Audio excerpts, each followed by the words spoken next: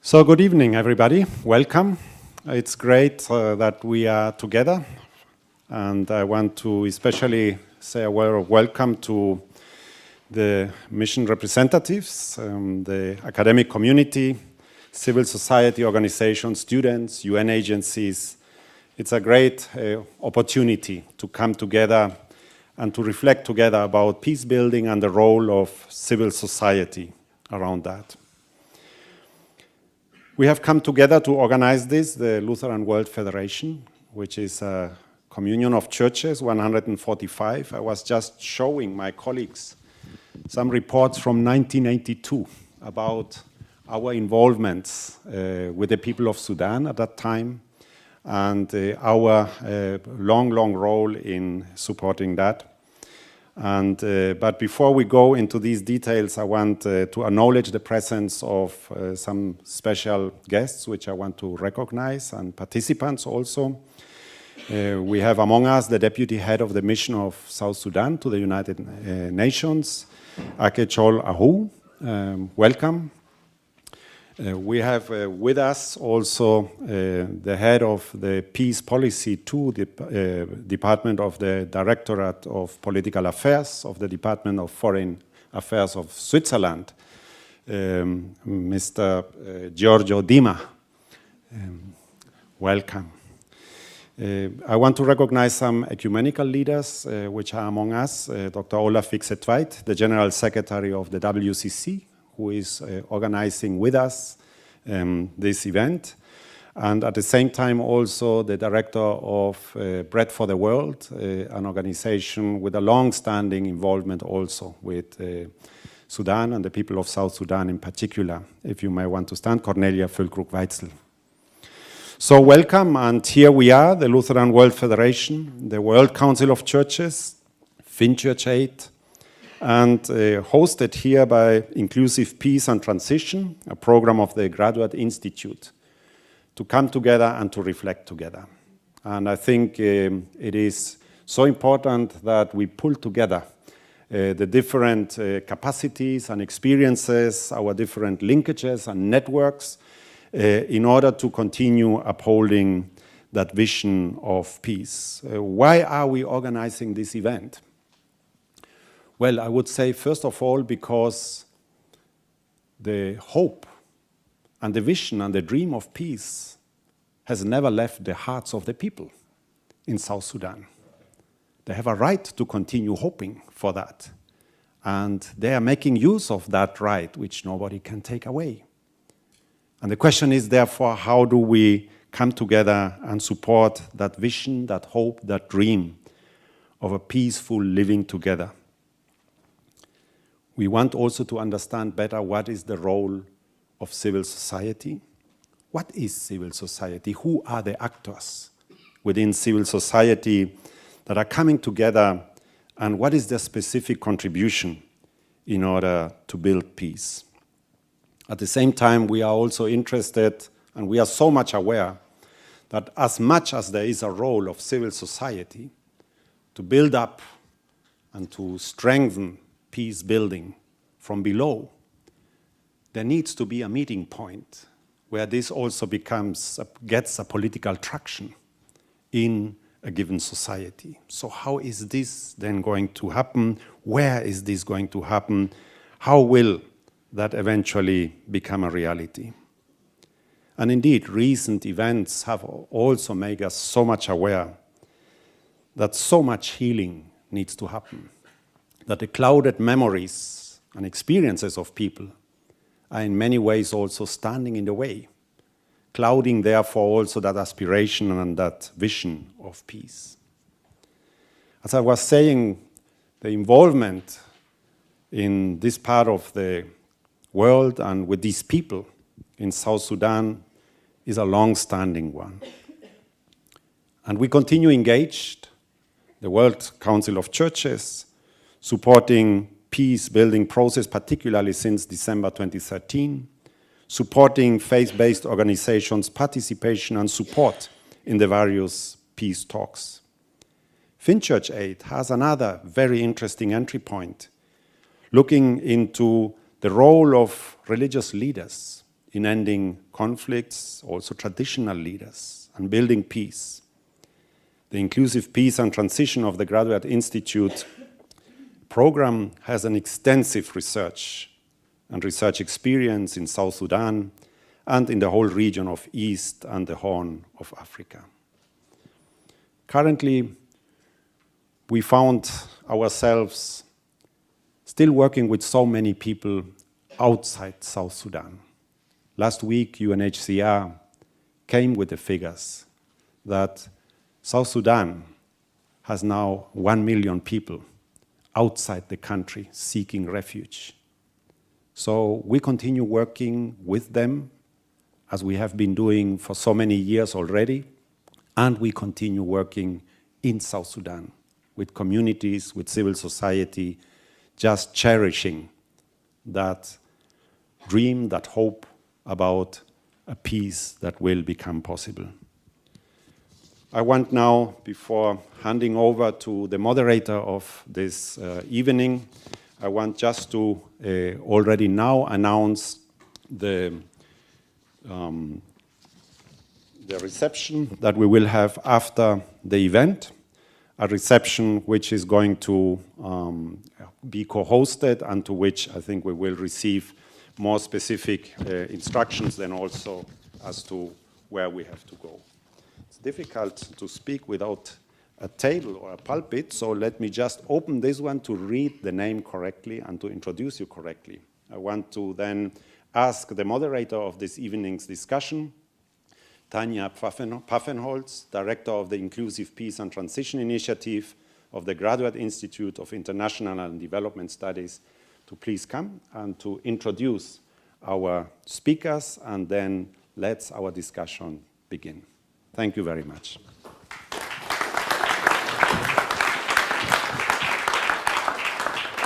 Thank you very much. And I put the micro here for the moment because I have two roles. My first one is to welcome you, which I will do here so that we don't confuse the roles. And then I'm proceeding to my moderator role. I welcome you on behalf of the Graduate Institute, and we are happy to have you here.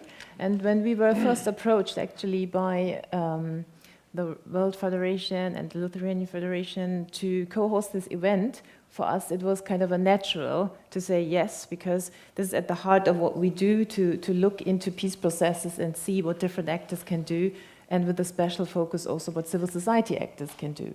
And that's why I think it's for us it was really very interesting to see, because the churches are a very specific actor, because the churches is not just any NGO, it's not, it's a mass mobilization movement almost. The church is everywhere, and if you want to reach the people, you go to the churches. That's almost everywhere. And I think that's why it's very interesting to put a focus also, not just what civil society can do, but also what the churches in particular can do in peace processes, because that is a particular role, and that's different from other organizations. And often in many processes, the church has sort of not only the moral power, but also sort of the international solidarity network, which we see here also. And I think in particular, the churches in South Sudan, especially during the war, they were very good in not only being active locally, but really also tapping into the international church networks. And I think that's a very interesting combination of a civil society actor that has all these strengths. So we want to really find out with this event today and to see like, what is going on now on the ground after we heard all this really sad news about so many refugees and the situation not really improving. So to really find out here, not just like what do we do now, but what are the next steps, what are options for civil society actors to support this process. And so we have already heard that we're going to have a cocktail afterwards, and we also have then more time to jointly discuss. I will now switch my role and be your moderator, and which means I'm going to sit down. And we have a lot of speakers that are all very interesting and have much more to say than we can fit in 7 minutes, which is the main challenge. That's why I already apologize to the speakers before even introducing that we have a strict system here, which says there's 2 minutes to go, yes? There's 1 minute to go. That's the end. The same will apply to the audience. So when you make interventions, be short, be to the point, avoid statements, but be constructive. And then when you see this, it's over. It's a new system I'm testing out. So you're the guinea pigs. And there's a strict Swiss timekeeping as well. Having said this, let's move to our very interesting panel that is now already frightened about putting all this important information into 7 minutes. And we have 4 speakers that will touch different aspects of the issue. And I have here to my left Father James Oyet-Latanzio. He's the General Secretary of the South Sudanese Council of Churches. And he will talk about the churches, which I think is a natural for you to talk about. And I think what I would like to really know from you is you have seen this transition of the churches being the most important actors, almost I can say, in the country to push during the war for the peace process. And this transformation now in a situation where you had a peace agreement, but now the country is in conflict again. So what is the approach of the churches now to reconciliation, to peace in the country? How are you organized, and what are sort of the structures and the approaches you're having? Yes, you start right away. You get the mic also. I have to also switch back and forth. So if you don't hear me, you kind of do like this, then I know I have to kind of switch back. So I switch back, give it to you. Thank you.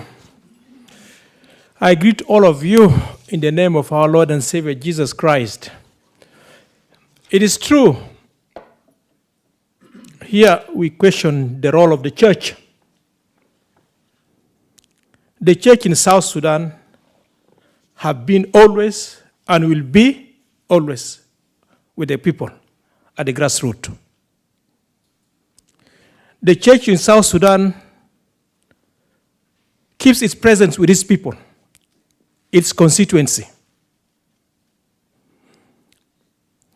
If we go to history, the church, when I speak the church, I mean the church with its denominations in South Sudan.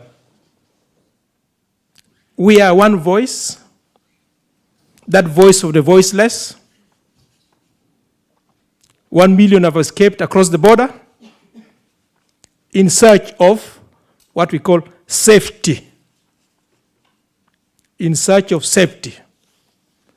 And this church, through all the times, have been accompanied by our ecumenical partners all over the world through prayers. We have the WCC. We have the All African Conference of Churches. They have accompanied us, the church in South Sudan, in our journey towards peace, healing, reconciliation, and justice. It's a challenging process. It's difficult, but worth pursuing.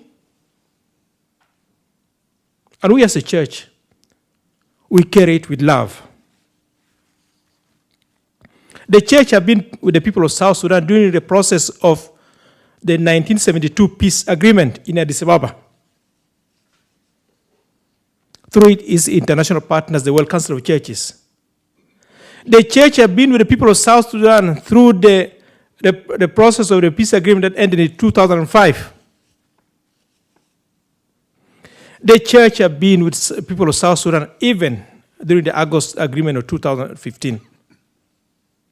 The church is still with the people of South Sudan, even after the 2013 and July 2016 setback. The church is always there, crying with the people, praying with the people, working with the people.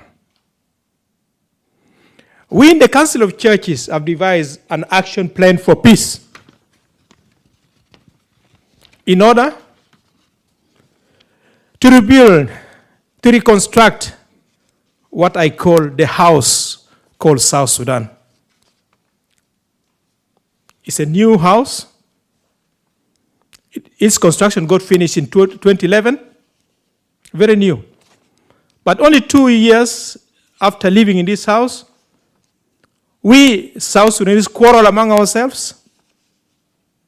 We destroyed the windows. We broke the doors. We attacked each other in this house, in the neighborhood. We killed. We raped. We abused. We did everything as brothers and sisters in this house. In this house, we are 64 tribes. This house called South Sudan. We are 64 tribes in it. We share the common values, the sense of life. There's enough land for us all in this house called South Sudan. But with the trauma that we have of the past wars, we couldn't support each other. We quarrel among ourselves. We pick sticks, the modern sticks. We hit a brother. I raped my sisters. I did all what God will always punish us for. In this house called South Sudan. And in this house called South Sudan, we have all religions. We have the followers of Islam, followers of Prophet Muhammad, may peace be upon him. They are the Christians, followers of Jesus. We have also some South Sudanese who neither believe in the Prophet Muhammad nor in Jesus. They have got their own deity on mountains, in rivers. They are all South Sudanese. What matters in all this, all are South Sudanese. They fought among themselves in this house. But what unites us in this house called South Sudan is our belief, our faith. If you're a Muslim, there's Prophet Muhammad, maybe peace be upon him. There are Christians who follow Jesus. There are these animists who believe in their own deity. This is our common belief, our faith. It keeps us united. So this situation helped us in order to get to a point of common understanding. We in the Council of Churches introduced in the action plan, we have got what we call advocacy, neutral forums, and reconciliation.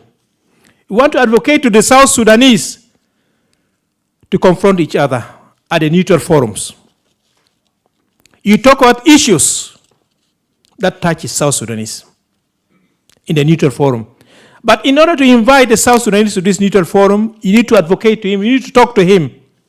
You need to tell him, my brother, my sister, we need to come together to talk about something. In this neutral forum is like building the houses, the wall of the house that has been cracked. Once we talk about our issues, we clear these issues, then we know that when we quarrel, when we fought, we abuse each other. Then in the ceiling board of the house, we try to ask forgiveness. We try to account for our mistakes. As we account for our mistakes, then we have got the roof of this house called South Sudan. Then we can reconcile. In account for our mistakes, I can be put in prison, knowing that I've been forgiven when I will be released from prison. So these are the process we in the Council of Churches are going to go through. It's a challenge, it's difficult, but it's worth pursuing.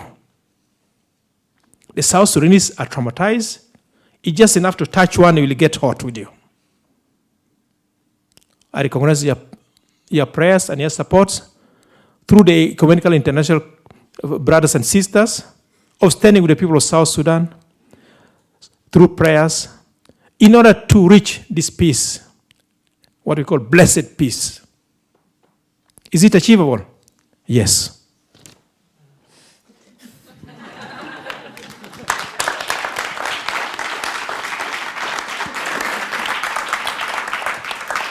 Thank you very much. This was not only in time, but also very timely. So, I hand over to you, John.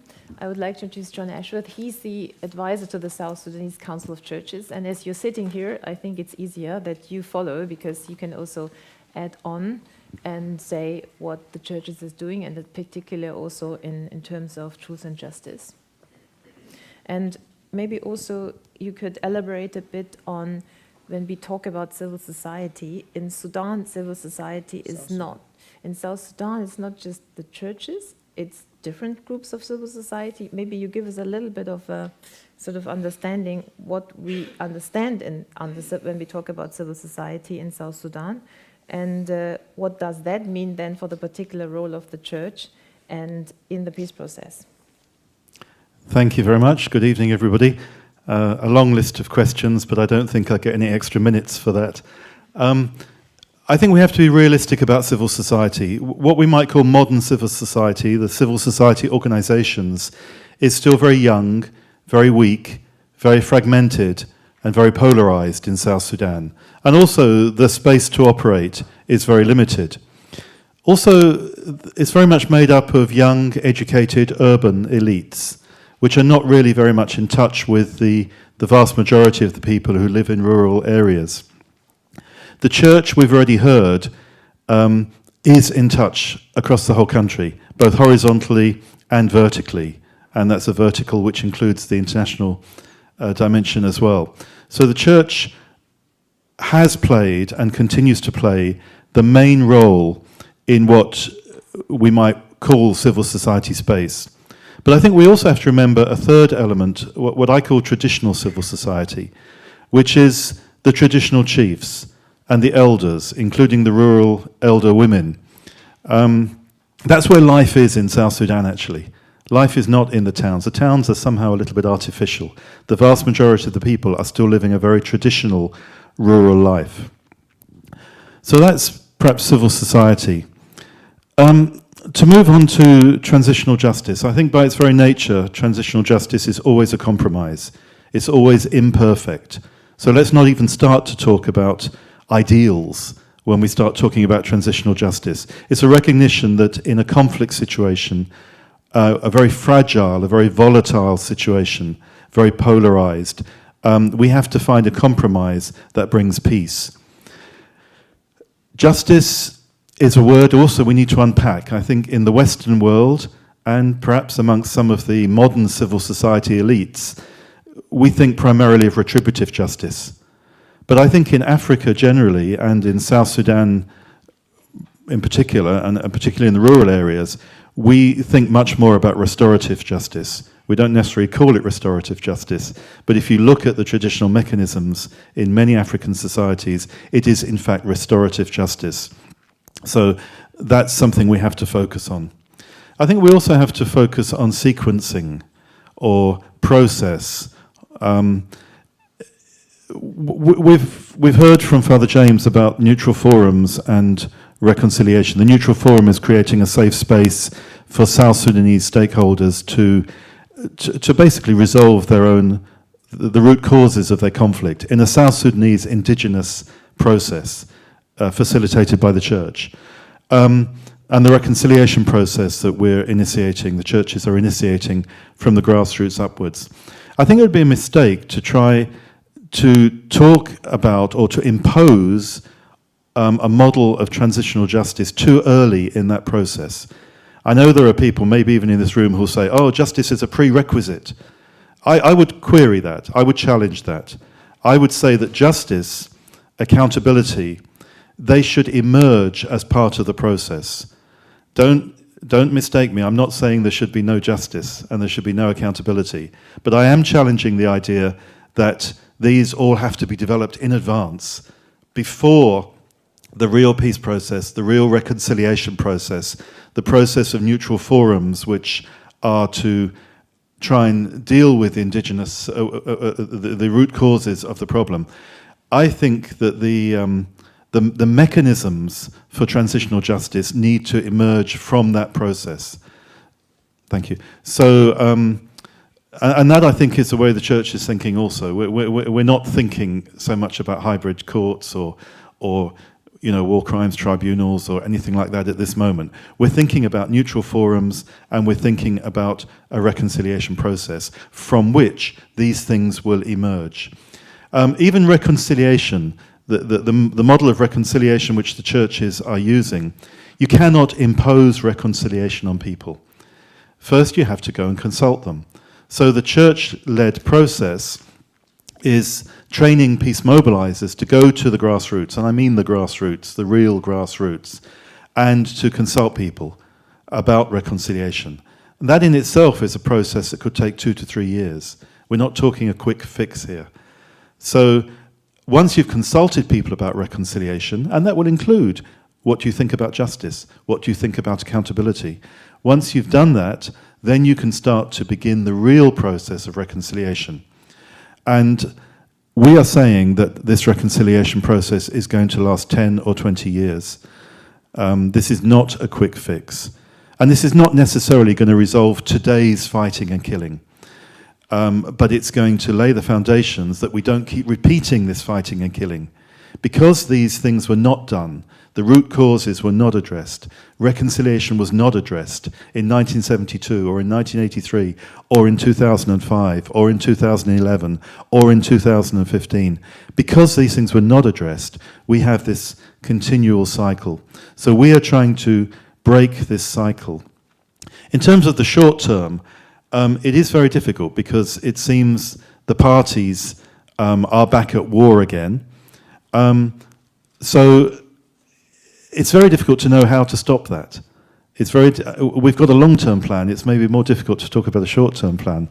But perhaps what is needed is to find any means to stop the killing, any means to get a ceasefire. And that means might be a little bit, it will mean compromises. But if the killing can stop, our church leaders have always said, if you can stop the killing, it gives us a window of opportunity to actually address the issues and to work on long-term peace. Thank you.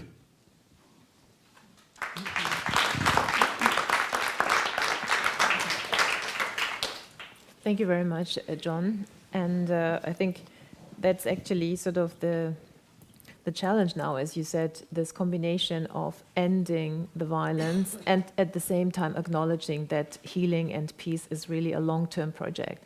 So in this regard, I would like to introduce our next speaker, Tania Williams. She's a conflict advisor on South Sudan, and I would like to focus on the point of ending the violence. So as sort of the main challenge, as we've seen here, especially with the humanitarian crisis and the refugee crisis we see. So what is your opinion on what the civil society can contribute to this immediate sort of reduction in violence?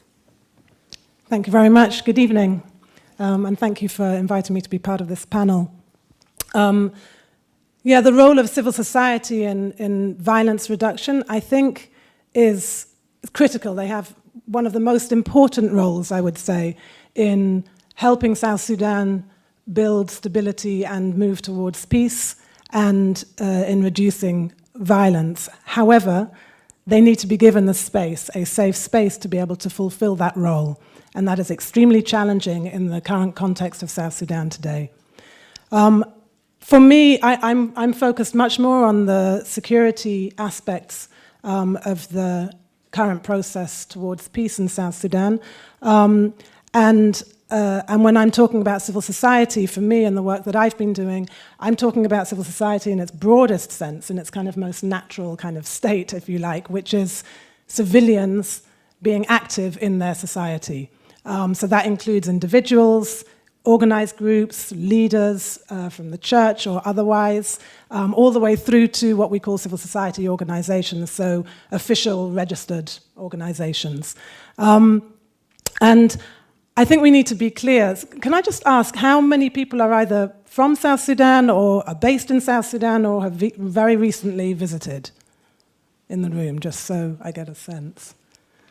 Okay, thank you. So quite a few people who that doesn't apply to. So I want to be clear and just talk a little bit more, if I can, about the current environment that is South Sudan. It's an extremely polarized and now very politicized environment.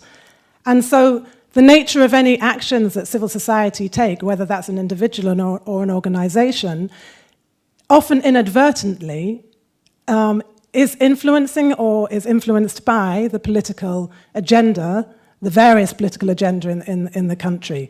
So I see civil society along a spectrum. So you've got individuals who are living in their locality, who are trying to be active and lead a productive life, or in some situations just survive, and without any political intent.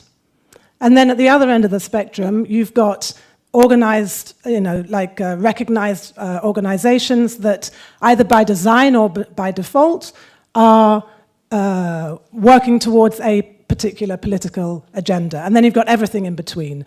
And I would argue that the reality in South Sudan today is that even if you're at this end of the spectrum, in other words, you're an individual in your locality trying to work towards ending the violence or the suffering that you and your people are having to endure, sometimes you are political in your actions, even when you're not trying to be.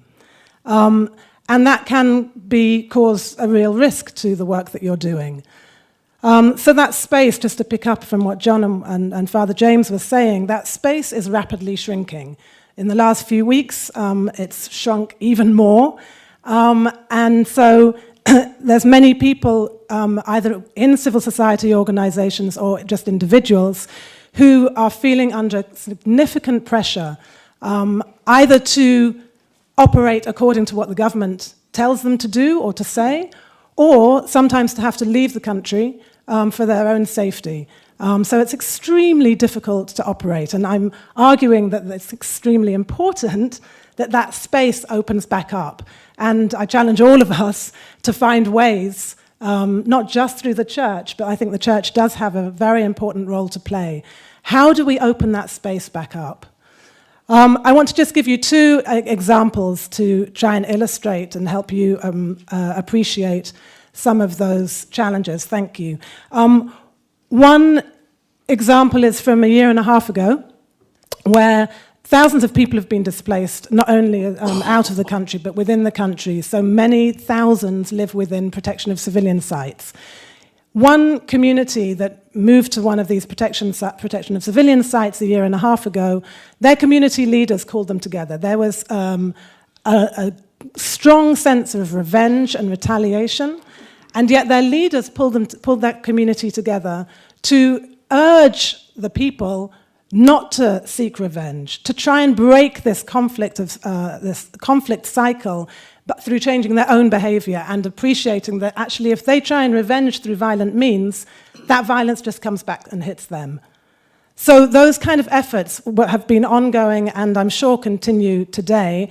However, my second example is from another area of the country where it's proving even more difficult because of the recent upsurge in violence in the capital in Juba in July.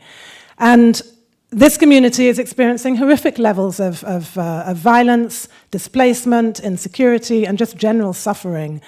The current population in this area, there are more army troops in this particular town than there are civilians. So lots of people have been displaced and lots of extra troops have been brought into the area. And the cases of sexual violence that have been reported are unacceptably high, are higher than they have been before. Thank you. And so recently the community leaders called a large general meeting. More than 500 people came, including government officials. And these points were raised, and there was a call to end the violence. And one of the solutions to ending the violence, which is where it gets tricky and very sensitive, was that the opposition troops need to be contoned. In other words, you need to pull back, separate the troops and pull them back and stop them being able to have free movement to fight. And this is what the community was saying will help their safety and security. Now, what has to be appreciated is just how sensitive and how political anything to do with security sector reform or transformation, contoning troops, can be used to certain to the advantage of one of the parties. And so at the same time as the community is seeking solutions, they risk contributing to the violence rather than ending the violence. And because I don't have time to go into more detail, if people want to understand what my thinking is behind that during the questions or afterwards in the cocktail, please, I'm happy to explain in more detail. But it's so sensitive and so political that even when you take a simple step, it can actually risk backfiring. And I just want to finish with one point, because it is hard, it is depressing, and it is really challenging. However, we do, as my colleagues have already emphasized, we have to operate from this place of, the art of the possible. And I'm wearing around my neck a flying pig. What is the significance of a flying pig, you may ask? I'm from England, and in England we have an expression that when something's totally impossible, we say, oh, and pigs will fly.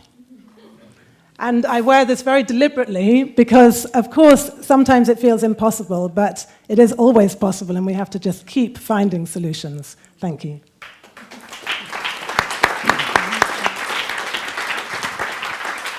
Thank you very much, Tiona. So it's now up to our next speaker, Matthias Werfelsieb. He is from Finchurch Aid, the Senior Advisor on the Right to Peace. And the Flying Pig Challenge is, because you get now 1 minute deducted because she took it.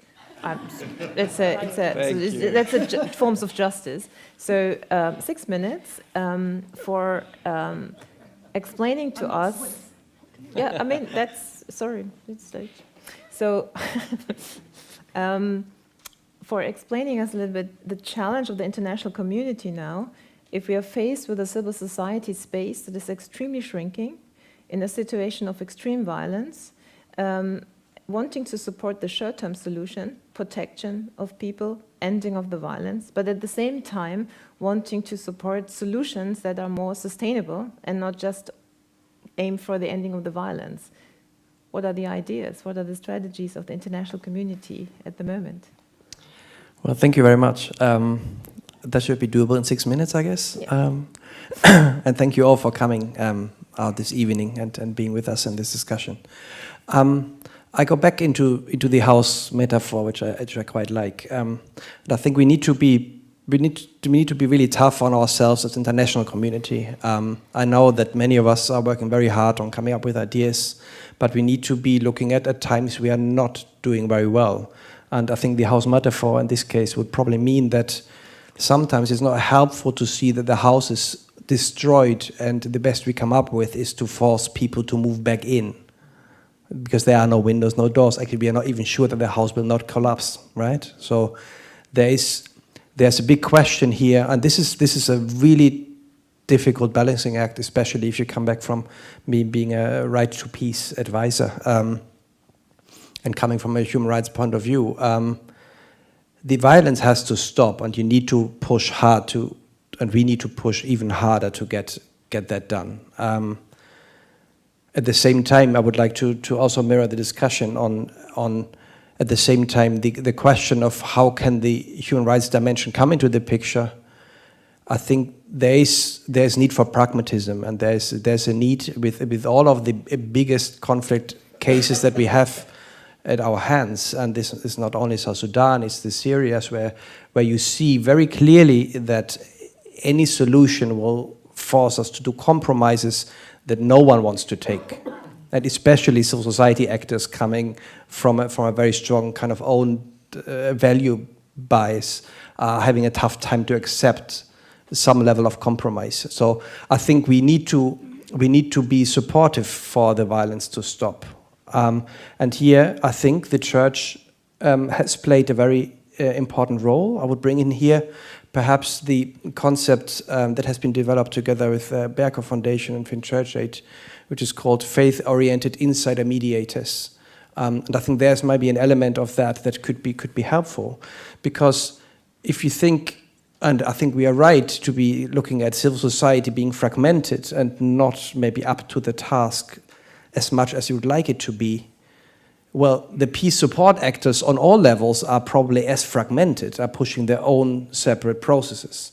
So I think the idea that usually comes in, which I think is important, is to work on that fragmentation, do something about it, find a way to bring the peace support actors closer together. This is difficult also from that point of view, because we are not only talking about the political tenseness in South Sudan, but we're talking about the international agendas and the international, not only donors, but also certainly political actors who are needing to drive certain agendas, right? So here, I think the international community still needs to find a way to even better support a more holistic civil society peace support actor dimension, where I think we haven't been necessarily doing so well. And there are many reasons for it, but I'm not able to go into 6 minutes into that. But I think on that level, we really should do some progress. I think there's hope also, because there are cases elsewhere in Africa where we can get hope from. You know, we have places where infrastructures for peace start to be functional as a way to pulling actors together. We have Ghana's where, for example, again, the church plays an important role, but it's not at all being a role which is only based on church and its own networks, but it's an integrated idea, an integrated mechanism. And I think, yeah, we need to look at maybe the Liberias. If you would have talked to Liberians right after the war, people would have been very careful of guessing that, okay, could we achieve 13 years of peace there, which we have. And we have a space for continue that conversation of reconciliation, which is a long-term process, but also increasingly the question of progressive realization of human rights. Now, this is, like I said, a very tough thing for me to say, because I like to be strict on ourselves on the questions of, again, in what you said earlier, the human rights violations that are happening by all parties in the conflict are difficult to bear. We shouldn't be able to bear them. At the same time, we need to come up with solutions which help us to move to the next level. And I think there's definitely some option to do that. Thank you. Thank you very much. I would like to, before we move to all of you, I would like to give you all 1.5 more minutes to be a bit more concrete, because I think we have heard now the dimension of the problem. We have an extreme escalation of violence. We have a shrinking space for civil society to act. We have a very polarized civil society that is still finding its space, sort of where it can contribute. And we have a house that is not in order, and even sort of the space in the house is shrinking. And we have an international community that is not, as you have said, very holistic in its approach, to put it nicely. But we have also opportunities. And I think what we do a lot at the Inclusive Peace and Transition Initiative, our task is we compare processes all over the world and see what the conditions are there in order to sort of have peace or have not peace, and under which conditions actors have contributed. And what we then do is provide options. So I would like to take this approach and ask you if you all would have like one clever idea. Then we already get 4, yeah? One clever idea where you think, what would be breaking the deadlock we have between the short-term ending of violence and starting a process? I'll give you some hints. So we would have, in other countries, we discussing, for example, we have, like in the South Sudanese case, we have a peace process, an official negotiation process done by a regional organization that has so far come to a number of agreements, but all of them have not been implemented. That's a fact. We have also government of another approach. So a lot of things have been tested already.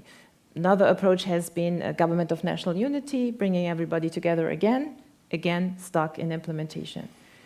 Peacekeeping forces coming in and forcing sort of the end of violence in the making, not yet implemented. we have had a civil society platform that, like in other cases, was meant to be set up in parallel of the peace negotiations to have civil society integrated in the peace talk. Failed. We have not yet had a national dialogue replacing maybe the peace talks and saying, okay, if this all is not working, why not having a national dialogue where everybody is involved? So maybe we think about what we had not had. Maybe we had also not had other things. So maybe you can be a bit concrete and say, put a wish list forward when you say, the international community, for example, is supporting a lot of civil society projects, and especially then when the official process fails. And then civil society should fix it. But often it's a hard burden to put on civil society. So what is sort of the suggestion, or what is the wish you would have that international community would do to help change the situation, Matthias? Great. Maybe I can take half a minute back from the one that you cut earlier. I get two then. Yes, thank you. We are all negotiators, and I think that's part of my answer. I very much like the idea and buy into a systematic, broader dialogue that takes the whose peace it is idea back to South Sudan. And I think there has been, a problem of the peace having perhaps being perceived as being too much on the international sphere and too disconnected to the people at large in South Sudan. So I think the idea of a national dialogue being in a much broader sense, and ideally also a broader time frame of what is it that we're discussing about. So going also into the underlying issues of understanding of where the conflict comes from would definitely be needed. Might at the same time open avenues for different narratives about what reconciliation means, different narratives about going out of the cycle of violence to the next step. And again, knowing not only your expertise, but the international debate on national dialogues is improving. So I'm not saying we're needing a national dialogue, but I think we need to be looking very carefully at a mechanism of a dialogue that is not fragmented, because we have that, and we have many dialogues, everyone is dialoguing, it's all great. But a question of bringing that together. And I think there the international community, if we are serious, we would be able to play a role of maybe overcoming a little bit our own aspirations, perhaps, and looking at it really as a infrastructure for peace of understanding. And this is a South Sudanese project. It's not my project or anyone else's, right? Yeah. So, Tiona, if there would be something like a more organized, coherent dialogue going on, what we know from comparative expertise is that this is very hard to conduct if there's ongoing violence. So what is yours, as an expert in this regard, what would be your wish, suggestion, idea on a sort of more collective approach to the ending of violence, sort of to bring these good examples that you mentioned together sort of with the discussion on the peacekeeping forces, and where do you see sort of this, how the below and the top-down approaches of ending violence could come together? Well, the answer's simple. I mean, obviously, it's very challenging. I think there are some very good efforts ongoing, and yet I think there is a bit of a divide. I feel that there's a bit of divide, and I would encourage that the dialogue happens. You know, the international actors tend to go to the political level and engage at that level.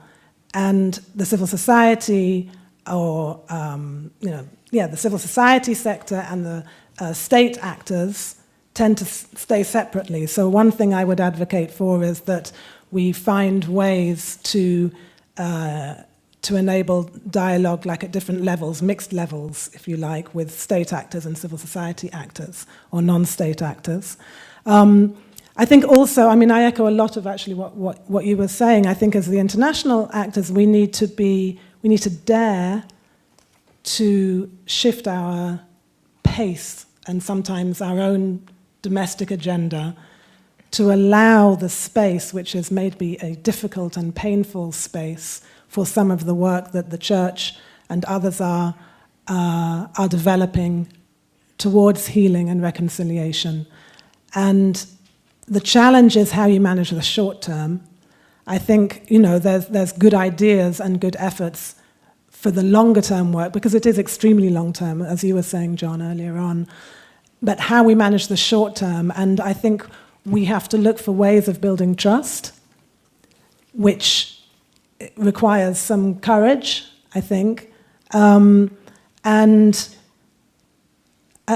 doing what we can to allow and facilitate those working in the security sector, in the South Sudanese who are working in the security sector, to dare to believe that there's a different way to operate.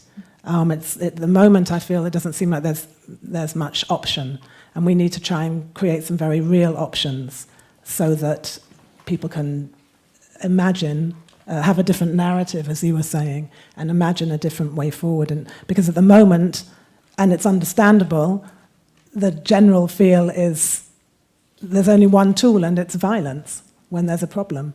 We have to open up ways to find solutions to that. Thank you. Thank you. So John, what would the churches try to contribute in this sort of pushing for the long term, but what would be the immediate sort of step in order to start the long term?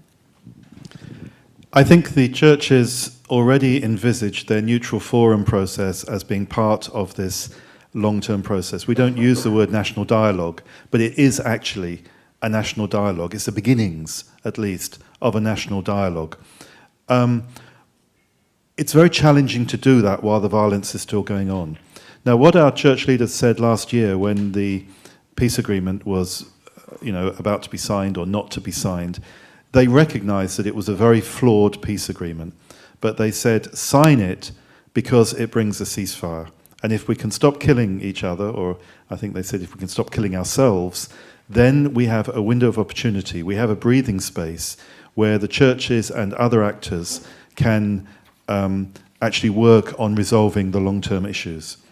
So I'm not quite sure what can be done to stop the fighting, but I think that is still the priority. In the short term, I think we may have to make even unpleasant compromises just to stop the fighting. It's like Matthias said earlier, you reach a point where you might say things like human rights and democracy and justice and all of these things, in a sense, they become of second priority in the short term. Because the first priority in the short term is to stop the fighting under almost any conditions. Because in doing so, you then create the space where we can begin this national dialogue, whether it's neutral forums or whether it's an expanded form of the neutral forum. It doesn't mean you forget democracy and human rights and justice. They will then emerge organically from the process. But I think the fighting has to stop, and that needs perhaps unpleasant compromises on all sides. Father James, the next step to save the house? To save the house, I start from down, going up, from the grassroots, going upwards. All the processes usually is from the top of the triangle coming down. The agreement, the peace dialogue in Addis Ababa, it was about the stakeholders up, and the people of the grassroots were abandoned. They are only to be given what has been signed, whether it's good or not. We in the church are engaging our brothers and sisters at the grassroots, explaining to them the issues. What are their issues? So that they don't get manipulated by our brothers on the top of the triangle through the brokers. There's a triangle. We have got the stakeholders on the tip of the triangle. Then we have got the brokers, middlemen and women in the middle. Then we have got the grassroots. The grassroots is a very fertile land for mobilization, for setting fire, for passing messages of mistrust. So I want to just inform the grassroots so that they know what are their issues, what are their needs. When the broker comes with a message, they say, no, we're okay, we are here like this. So keeping our people at the grassroots ignorant is a challenging situation. So we need to get them involved, inform them from the grassroots, so that we cut off the movements of the brokers. The brokers always get the information from the top of the triangle, the leadership, whether they are political, whether they are military, whether they are what, and then reach the message to the grassroots through the broker. Just need to cut off this. Telling these guys, our brothers at the grassroots, these are your issues. We ask them, what are your issues? They understand the issues. Say, our issue is we lack schools. We lack structures to cure malaria or to cure headache. We lack this. These are our issues. So that when this broker comes, he will have nothing to say, because issues are already clear. We need this. So this is what we in the church, through our ecumenical partners all over the world, are trying to reach to the grassroots. Because the grassroots have been abandoned all these years. So the step has changed, not from up, but we go from down, from bottom to top. Thank you. Thank you very much.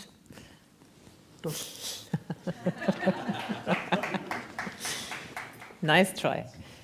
So this microphone is yours, but we have technically, unfortunately, only one microphone, so you need to promise to give it back. So we will now open up for questions, comments, and please identify yourself and be brief and say what your question is or your comment.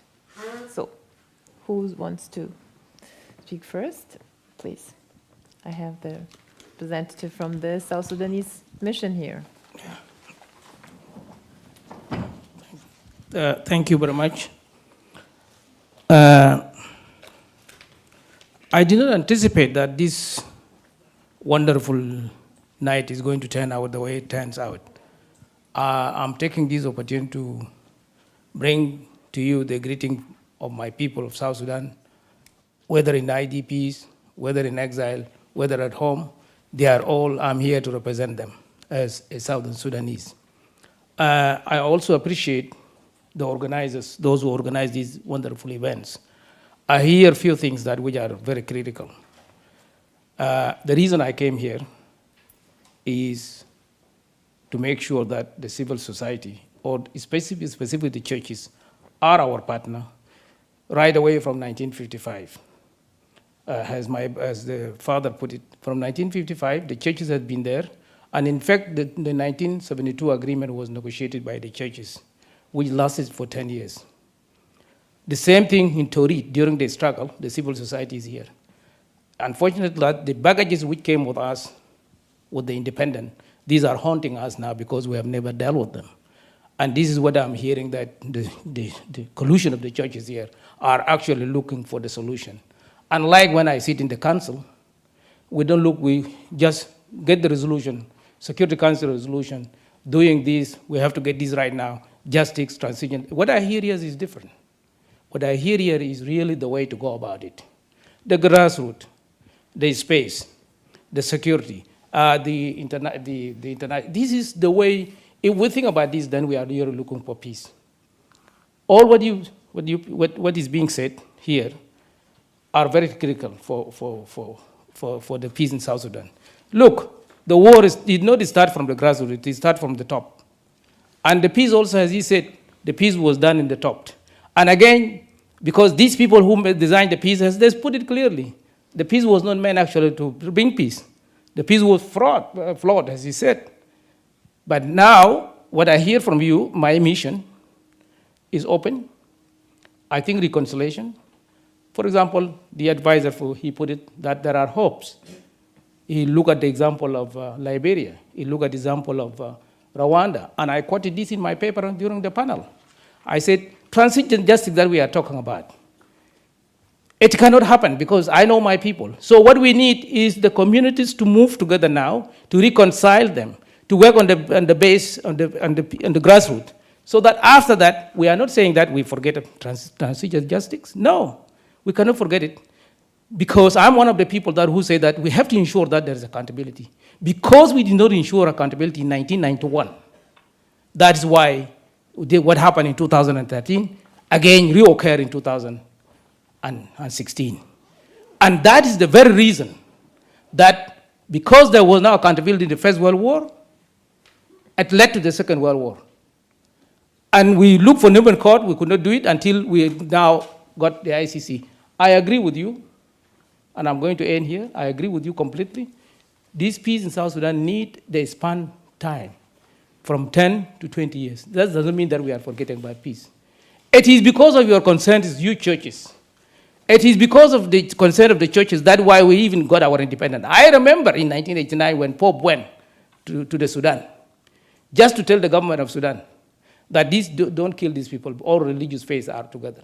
So I am saying this because really you are looking at the peace from the way, and I ask you a center that even you can visit. A grassroots mean that visit all the states, talk to the people, and then peace is not an easy thing. Peace is it takes time. So I will ask you to end now. What can my mission do to facilitate for you in order for us to work together to bring peace? Thank you.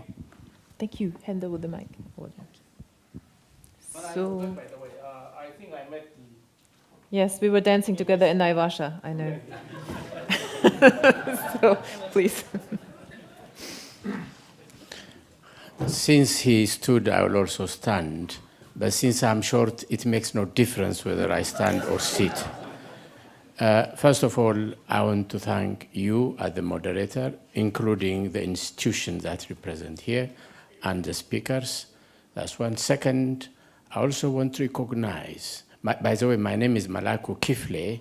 I used to be a staff of the All Africa Conference of Churches and World Council of Churches.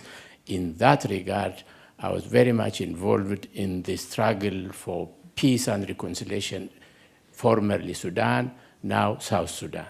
That's who I am. Now, I want to express sincere appreciation to the World Council of Churches, to the All Africa Conference of Churches, to the Lutheran World Federation for the accompaniment to the churches. This is very important. Second, or third, I heard John say we may need 10 to 20 years for a reconciliation in this kind of thing. I agree, but do we have that time? Do we have that time? How the Sudan Council of Churches, also included with John's effort, we were for almost 10, 15 years were involved in what we used to call people-to-people dialogue. That for me means people at the grassroots level. Do we mean today that we have failed in that? If so, if the answer is yes, then what is it that we are going to do in the future? The South Sudan problem is no more a Sudanese problem. It must be treated as an African problem. We cannot afford to see killings after killings after killings. This has got to stop. The way it can stop is if Africa, the whole of Africa says, as long as South Sudan is burning, we are also burning. Therefore, challenge to my General Secretary. We have to get first the Christian councils in the whole of Africa to be engaged. Second, we have to engage the women and youth of Africa to stay no more war. Because it cannot be treated as just Sudanese problem. The international, we have a number of players, the international community, the regional group, and the national groups. I don't think these three groups are working together in tandem because they have different, unfortunately, they have different interests. They have different agenda. Thank you very much. Thank you. Who else is on that list? Maybe you move in this direction and then go around and take the people on who are sitting on top.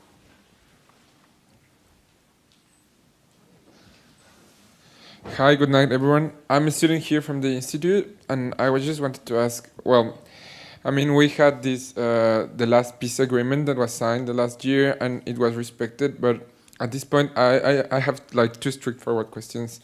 I mean, how to measure, how to define like the success of the mediation if in the long term it is not like, I mean, well, the peace agreement was signed, the most of the violence was stopped, but after 11 months, it broke back again.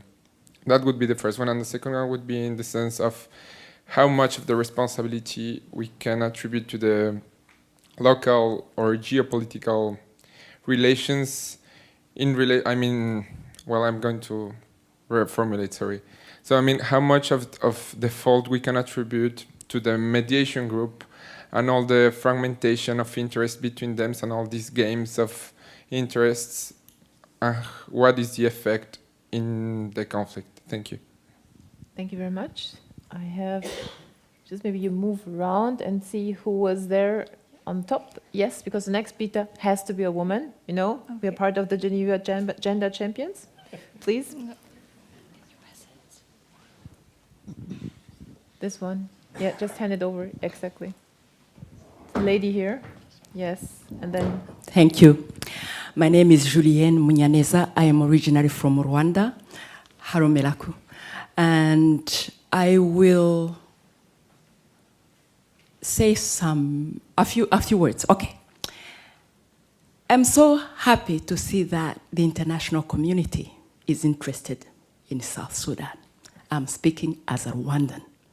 Because if they had depended on the international community, Rwanda would have been wiped out on the map of the world. Sorry. How could 1 million people of Rwandans die and the whole world keeps quiet? So to see that South Sudan is of interest to the international community is an encouragement to me, to us. I'm saying this because the churches in my country were also divided. I don't know how it is, Father James, how it is in South Sudan. The churches were divided. Some supported the system in power, and others supported the other group, the rebels, as they were called at that time. So there was no unity. And it led to more conflicts, more deaths, and. I hope that the churches will be able to work together. Because Rwanda now, almost 24 years after the conflict started in Rwanda, then the genocide, the solutions didn't come from outside.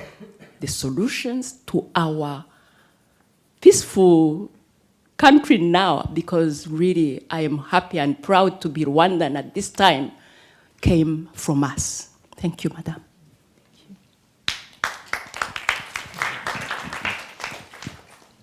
Somebody had their hands up over there. Yes, thank you. My name is Seme Nelson. I'm from South Sudan. I work for Finchurch. I basically have two questions. Number one is to Tehona. Father James described that the house of South Sudan is broken. I also think that the house of the international community, including the so-called regional, is also broken. Given that there is no space for the for the civil society currently in the country to be able to operate, it's undeniable. What is the role of the civil society at the current situation in making sure that the house of the international community is also repaired? Because I think the conflict in the country, South Sudan does not manufacture guns. South Sudanese do not have any single factory, but we have a lot of weapons keep on coming every day. And the international community is saying this, is saying the other one. That means someone somewhere is doing business with the people of the broke country. So how does the civil society position itself in order to avoid or to unify the international community, or to make sure that those who are sponsoring or facilitating the animosity in the country have some bit of remorse for themselves. And then my second question would be, apart from the current violence of killing using guns, there is also a new trend that is developing of ethnic victimization.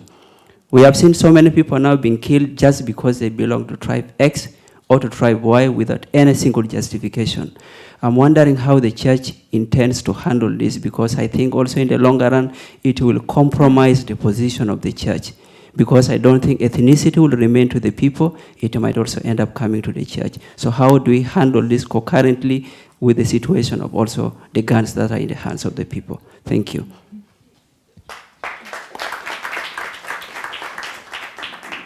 Do you have somebody else who wants to ask a question? Please. Here, gentlemen, and then I hand back to you.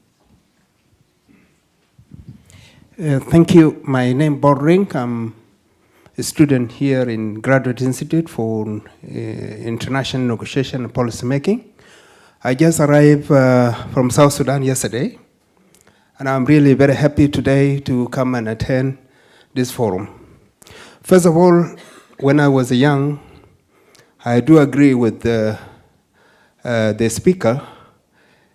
18 years ago, I was one of the activists in World Council of Churches in Harare. And this World Council of Churches Harare came up with a solution, because the role of civil society is here, is remembering me 18 years ago. It is the World Council of Churches, which was I was represented, Sudan Council of Churches. It was not South Sudan Council of Churches. When I attended that forum, it was the whole Sudan. Today, the session here, what is the role of civil society in South Sudan to play? I believe that there is a chances of building a coalition of civil society in South Sudan that can work together with the church-based organization in South Sudan. This, you can build a very strong alliance, say that you go on the ground, you come up with the actual information. Because the Facebook and the media, international media, actually is bringing a lot of information which are not correct. What I believe is that there is conflict in South Sudan, and this conflict of South Sudan actually need to be solved. And we need a support from church-based organization, we need international community, we need people who are goodwill to bring people of South Sudan again. So I really want to say the forum that is being organized in this occasion is actually giving the focus on how you have to play as a civil society. What I believe is that you try to go to South Sudan, especially after July, because after July and now is different. What happened actually, it is a split into two partner, and the vice president, the first vice president now was addressing the UN, and we need to support the partners to go for peace, not for more war. This is what it needs. So it needs reconciliation, it needs grassroots approach to the top. This is the only solution that can bring people together. Thank you very much. Thank you. I would like to give the floor back to the panel. And I think Father James wants to instantly address one of the questions. The division of the church. We are human. We belong to the 64 tribes. When the crisis happened, of course, the wind of the crisis took me as my tribe. It took another priest or another pastor as his tribe. It is true. It is true what you said. But after the heads of churches met in Kigali last year, and they came out with a statement of intent, it became very clear we have learned from our brothers, the Rwandese, how to address the solution. The church came out, the heads of church came out with a statement saying, we need to speak with one voice. And since then, when we produce the action plan for peace, we have been speaking with one voice. We don't have division among our tribes. The heads of churches, we have got Dinkas, we have got Nuer, we have got Bari, we have got Acholi, we have got all these tribes, the 64, as church leaders there. And of recent, last August, I called for a pastors' conference in Juba. Pastors and clergy. When I mean clergy, I refer to the Catholics. They came from all lines of these 64 tribes, even from the POC camps. I had to write a special permission to the civil affairs guys of the UNIMIS so that they released these pastors to come for this conference. They came. It was a very emotional conference. The heads of churches prepared a statement for the pastors and the clergy about their role as servants of the Lord, of Jesus. As they speak from the pulpit, what they have to say, not based on their emotions, not based on their tribal belongings, not based on their tribal ethnic understanding, but as servants called at the vocation. So I prepared questions for the group discussions. It was very heated in a positive sense. They spoke. Everybody spoke there. They spoke their heart. And from these messages that I collected from the minutes, this is what I'm using for the messages to the regional partners, to the international community, to the presidency in South Sudan, to the people of South Sudan. Because it came out from the pastors themselves, who represent all these tribes. This thing happened in Juba, and as I go back from here, I'm going to Wow, to call the pastors there, so that they speak out. What is burning in their hearts? What are the issues? So the unity is very crucial. If we are divided as a church, I can't call the grassroots to reconcile. So you're right. The church, as I speak today, has one voice, talking on the behalf of the voiceless, and we're pointing up about this thing. The neutral forums. John? I'm not sure what he wants me to say about the neutral forums, actually. Somebody was asking about why the peace agreement failed, why last year's peace agreement failed. And we could answer that at many different levels, but one is that it was a track one process, it was a top-level process, and Father James said earlier, it did not involve the grassroots. Now, track one processes are necessary. You've got to get the big people to make diplomatic and political accommodations with each other, but they're not sufficient. And I think the mistake was to think that a track one peace process was sufficient. It wasn't. The grassroots stuff had to be done as well. If you want to go into more detail, there were clear flaws in that agreement. To imagine that the president and the vice president, who had failed to cooperate for 8 years and whose lack of cooperation was one of the main reasons why the fighting started, to imagine that they were suddenly going to be able to cooperate because somebody signed a paper, it was foolish, really.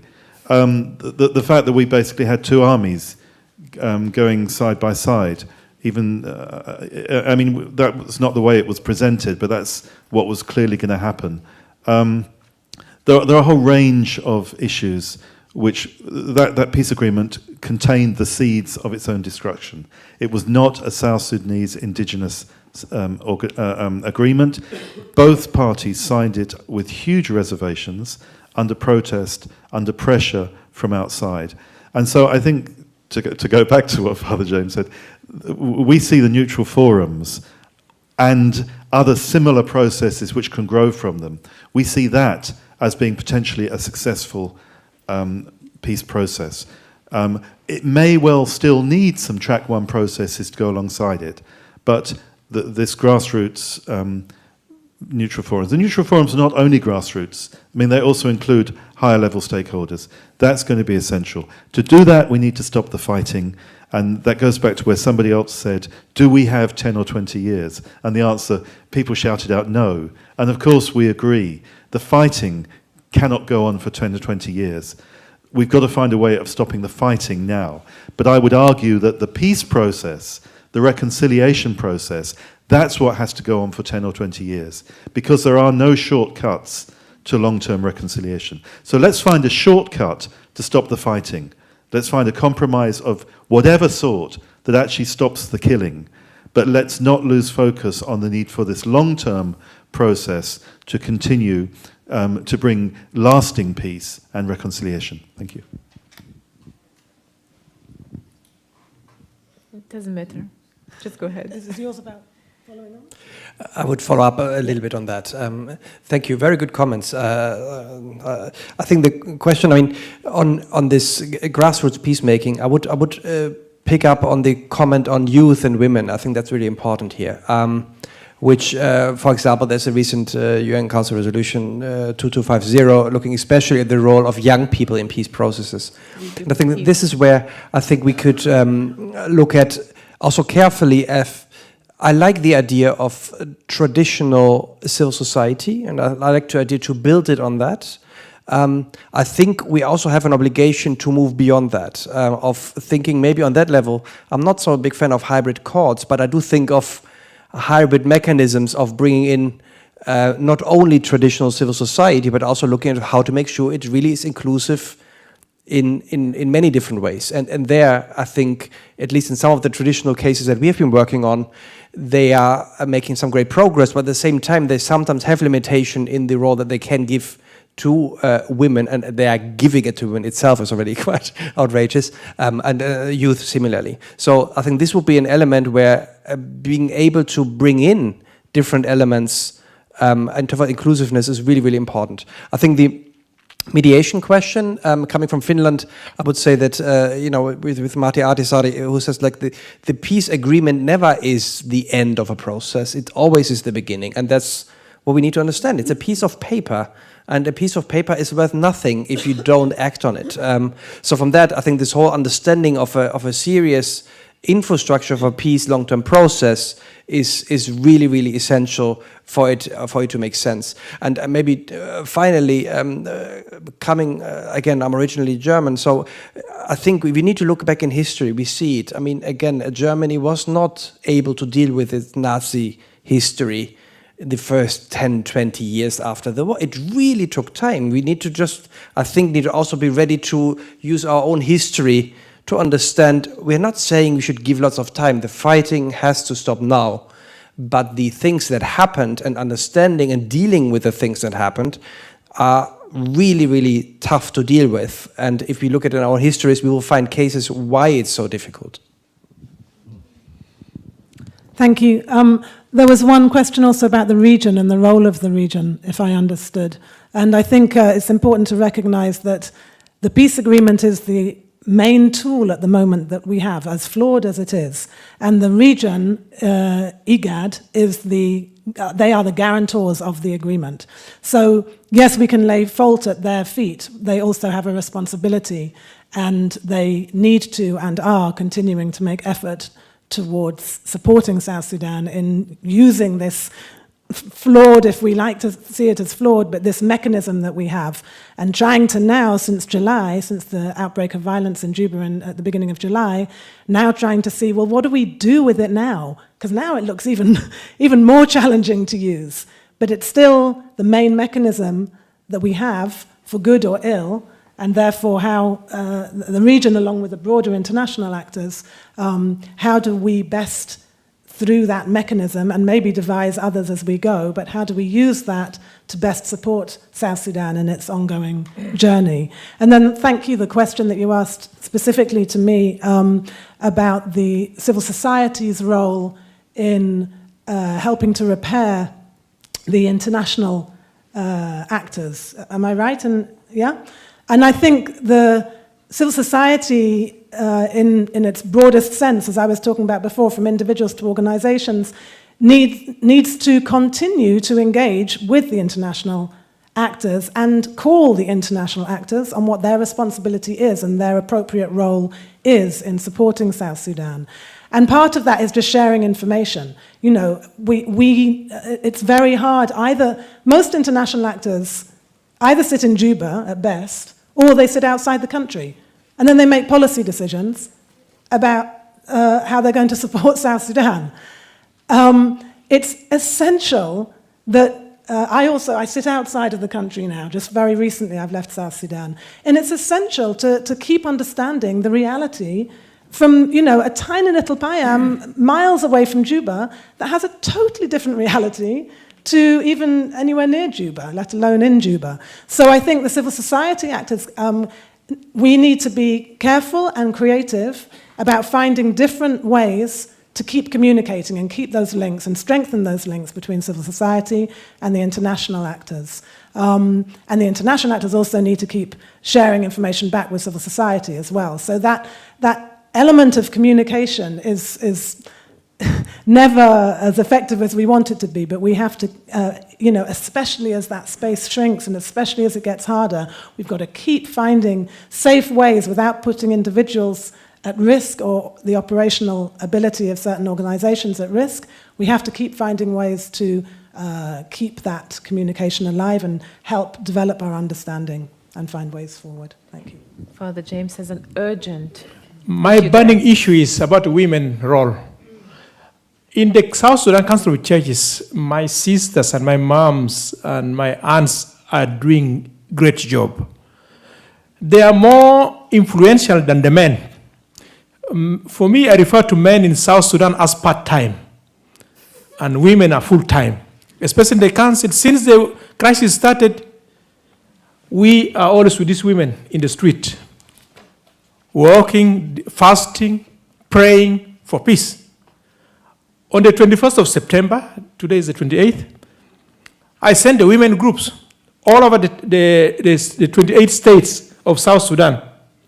They went from Juba to pray for peace in the respective regions. They went. These are ambassadors of peace, women group. They are very influential.